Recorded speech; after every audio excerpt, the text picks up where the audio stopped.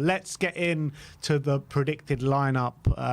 Tottenham against Nottingham Forest this weekend at the Tottenham Hotspur Stadium. Ange has been speaking in the press conference. So what is the team news? Yeah, so Richarlison has a little niggle in his knee, apparently. Apparently it's something too serious. He's going to be available for the Newcastle game, Ange said, but he is unavailable this weekend. They said they want to give him a rest. We fully gets over that problem. So clearly it's something he's still suffering with.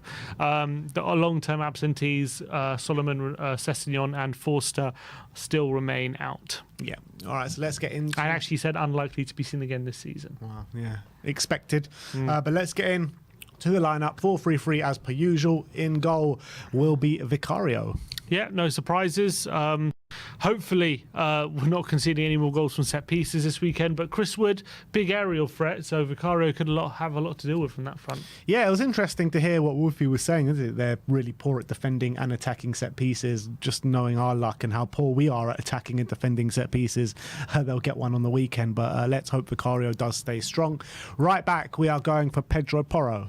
Yeah, and he's going to be up against a very informed winger at the moment in Hudson-Odoi, who can be a very tricky winger in his day, really good at dribbling, really quick. He's one of those wingers where when he's off his game, he's like, you barely know he's there. But when he's on it and he's running at you, all of a sudden it can be like you're playing one of the better wingers in the league all of a sudden. So it depends what kind of Hudson-Odoi turns up, depends how difficult a day Porro is going to have. I feel bad for Porro because Emerson's not really up to it. He never gets a rest, and obviously he's going to have to play 90 minutes in midweek, and he's going to have to play 90 minutes again on Sunday. But I'm sure he's up to it. Yeah, he's still played a lot less games than maybe Spurs should have played this season. But in terms of Callum Hudson-Odoi, all you have to do is go back to his time in the Chelsea academy and maybe the narrative surrounding him. They thought he was going to be, one of the big things to come out of the academy, and it just hasn't gone right for him. There was Bayern Munich that were in for him at one point. Who did he end up going into in Germany? Was it Leverkusen? Yeah, and he went to Leverkusen, didn't really do well. He's been in and out of loans, hasn't really done well. And in terms of the talent that he actually has, I mean, he should be on a fully fledging career by now, where he's just about having a few good games at Nottingham Forest.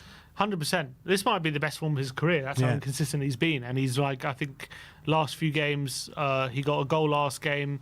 Then a few games ago, he scored in back-to-back games. But other than that, he still even now lacks consistency. But when he's hot, he's hot. Yeah. Right centre-back, Cuti Romero, player that is very much on form at the moment. Yeah, had a brilliant game, I thought, against West Ham in midweek.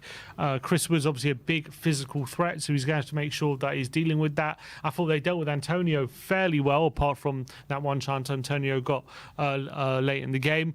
But I'm sure Romero will be able to sort him out. Yeah, left centre-back Mickey van der Ven. And they've got some pacey attackers, some pacey wingers, so van der Ven might be having to be called into action in this one. Yeah, and I think I saw a tweet the other day from someone saying Van der Ven's passing, it is not as expansive compared to like someone Romero. I do think that is true, and I do think sometimes clubs are starting to realise that when they just allow Van der Ven to have the ball, he's not going to be able to pick out passes like Romero does. Not to say he gives it away, but he doesn't really progress up the pitch like Romero does. So that's something he's got to work on. But obviously his recoveries are ridiculous, and with players like Elanga, who are a very big threat on the counter. I remember him giving Liverpool a lot of problems at the City ground a few weeks ago. So he's going to have to be on watch for that. And then left back is obviously going to be Destiny Udogie. And if this is the back four, which most likely will be, unbeaten back four. Yeah, and I'm pretty sure, or I'm hoping it'll stay that way, and then some, I hope. Udogie, I thought, in recent weeks, maybe hasn't been at his absolute best. I thought against Luton he struggled quite a bit, albeit against West Ham, I thought he was much better. But Elanga is a threat, and when he gets one-on-one with you, he's very difficult to deal with, and especially when you let him get in behind, he can be difficult to deal with. So he's got to watch out for Elanga. Yep, so that's the standard back four. In the number 6 position, we're going to go for Yves Bissouma, who I thought put in his best display probably since those first 10 games of the season up against West Ham last week. Yeah, and it's going to be a difficult game, this one as well, because Forest have some very physical central midfielders. Yates is very combative. When they've got Dominguez as well, who's quite good technically. Could potentially play Danilo in there as well, who's a good ball carrier. So he's going to have to be at his confident best just to physically dominate this Forest team. And I think if he can play as he did on Tuesday, that'll be a long way to us maintaining control here. Number 8, we're going to look at Pape to return to the starting lineup in the expense of Rodrigo Bentancur. Yeah, and I think that is probably the right move. Obviously, Bentancur had a 70 minutes on Tuesday. I thought he played fairly well for the majority, albeit there were some moments where he could have cost us. I do think Sarr at the moment is the player more in form. I thought he had a decent cameo when he came on, and he's going to be an important player here. Yeah, and alongside them, we're going to have James Maddison, who I'd like to really see strut his stuff this game and have a top performance, because we haven't seen that in a while. Yeah, and I think there have been people calling for Lo Celso to come into this game after Maddison got hauled off after 65 or 70 minutes on in midweek against West Ham. I do think we're going to persist with him. I still think, as much as he's not at his best, I still think he's providing some good stuff for the team, and let's hope he can. His performances can start going in the right direction in this one. With the way that Nottingham Forest set up, would you not maybe prefer to see maybe 2 attacking midfielders start in that midfield? Yeah, I would, to be honest. I think if we do that, as long as those midfielders are not neglecting their defensive responsibilities, then I think it is the right thing to do, because it's going to be a lot harder for Forest to contain our attacking play if Spurs can play with a kind of 2 number 10s. I would really like to see Maddison alongside either Giovanni or Kulu. I mean, Kulu didn't do himself any favours coming on in the West Ham game, but maybe Giovanni deserves it. Yeah, I would be open to that. Right-hand side of the attack, we're going to go for Brennan Johnson against his old side. Last time out against Nottingham Forest, he got taken off after 25 minutes with a head injury. So I'm sure he'll be bang up for this one. Yeah, and he's a player in form. Obviously, there was a bit of a concern about him being injured, but Ange said he's absolutely fine and he's going to be available for this one. And with the form he's in, and considering last game he started and scored within 5 minutes, obviously he has to start. And I was going to say he probably knows some of these Forest players well, but I'm not sure if he does. The team has changed so much. So, yeah, it's going to be very important that he's stretching the play and he keeps playing like he has been recently, because he's been a breath of fresh air in recent weeks. Yeah, up front, obviously going to be Heung-min Son with Richarlison now injured. That takes away the choice from Ange to maybe put him at left wing, but Son at number 9. Yeah, and there's been a lot of criticism for Son after the midweek. A lot of people calling for him to not play number 9 anymore. So people saying he can't play that position. I look at it very differently. I think he can do it. I think there are some games like against West Ham where it is a bit more of a struggle and doesn't really suit his game. But I think he's such a quality player. He can make it work in a lot of situations. Yeah, sometimes he has an off day, like in midweek, and it just wasn't his day.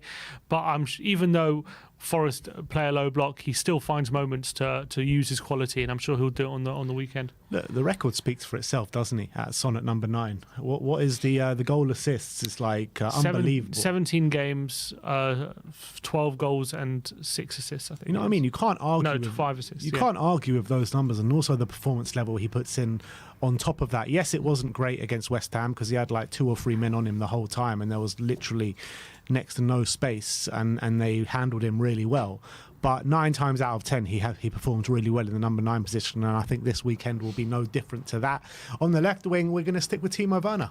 Yeah, got an assist in midweek, albeit does frustrate on occasion, but I really believe he does what Ange wants him to do on that left-hand side, and I think it's important that we have that dual threat again. So I think Werner definitely retains his place. All right, so that is our predicted lineup for this game against Nottingham Forest this weekend. Let's run through it with you guys one more time. It's Vicario in goal, Pedro Porro right back, Destiny Udogie left back, Van de Ven and Romero in the centre-back positions.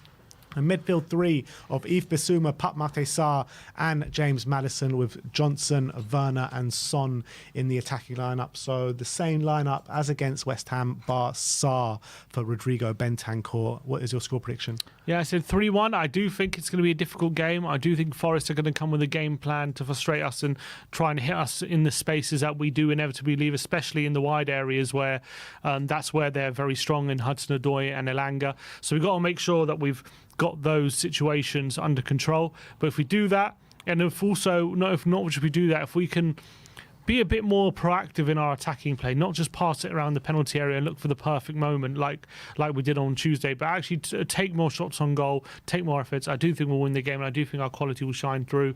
So I do see a bit of a struggle. It could even be another late show, but I've gone for 3-1.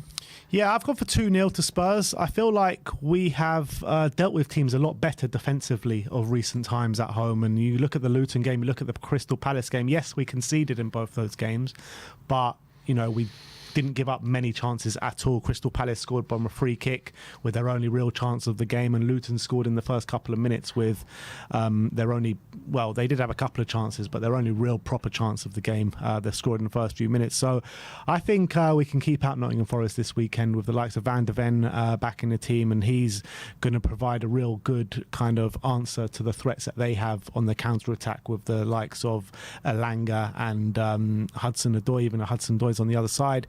So I think we'll find joy down the other end with Heung-min Son and Brennan Johnson, a man on form against his old club. So I am going for 2-0 to Tottenham. Let me know your score predictions in the comment section below. That is our predicted lineup to go and beat Nottingham Forest this weekend.